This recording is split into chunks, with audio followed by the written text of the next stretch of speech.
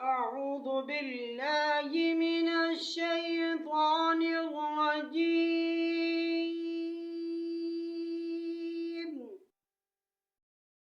بسم الله الرحمن الرحيم.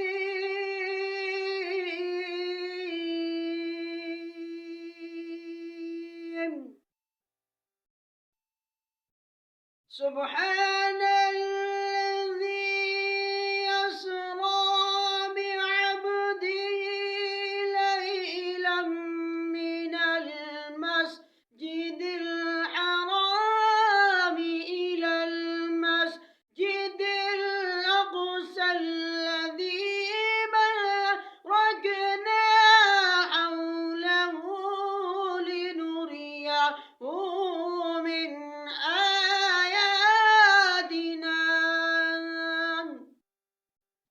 إنه هو السميع البصير.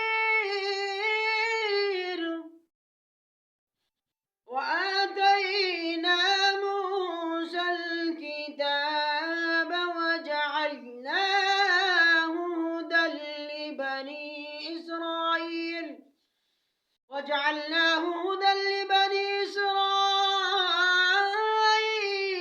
ألا تتخذوا من دوني وكيلا ذرية من حملنا مع نوح إنه كان عبدا شكورا.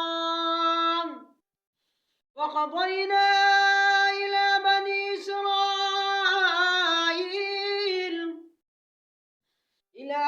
إسرائيل في الكتاب لتفسدن في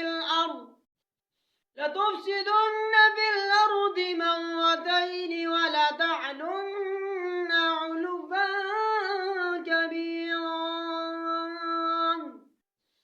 آمنت بالله صدق الله العظيم وبلغنا رسوله النبي الكريم ونحن على ذلك من الشاهدين والشاكرين والحمد لله رب العالمين.